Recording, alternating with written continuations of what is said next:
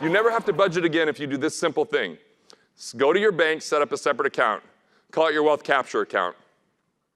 Every time you free up money, every time your business grows and you pay yourself more, just make sure you're automatically paying a portion of that money into that separate account called the wealth capture. That's automatically saving money.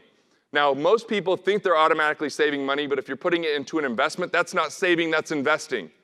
And I'm in agreement with other people on the panel. Now is the time to start building up a lot of cash, because people that build up a lot of cash are going to be able to take advantage of the change in the economy.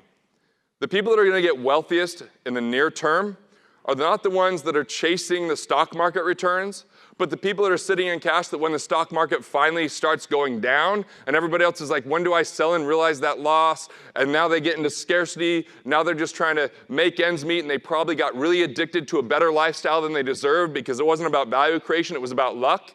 That's when you can pounce and start buying great opportunities. Businesses are going to be on sale for a different level. Opportunities are going to show up. Like when McDonald's grew massively was during a recession, and they started to buy real estate that they couldn't get before the recession. When Apple started to grow massively is when they started to acquire companies during times when everybody else was cash strapped and they were cash heavy. Start to build up that cash, because rookies always stay invested. They invest early, always and often. They're told to be mindless drones that dollar cost average, that wait for 30 years, that they're in it for the long haul, but instead professionals sit on cash and then they pounce when the opportunity is right.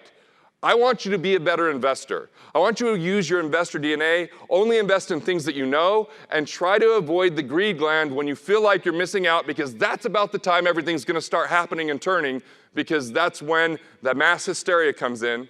Like, have you ever heard of tulip mania? Anyone heard of that?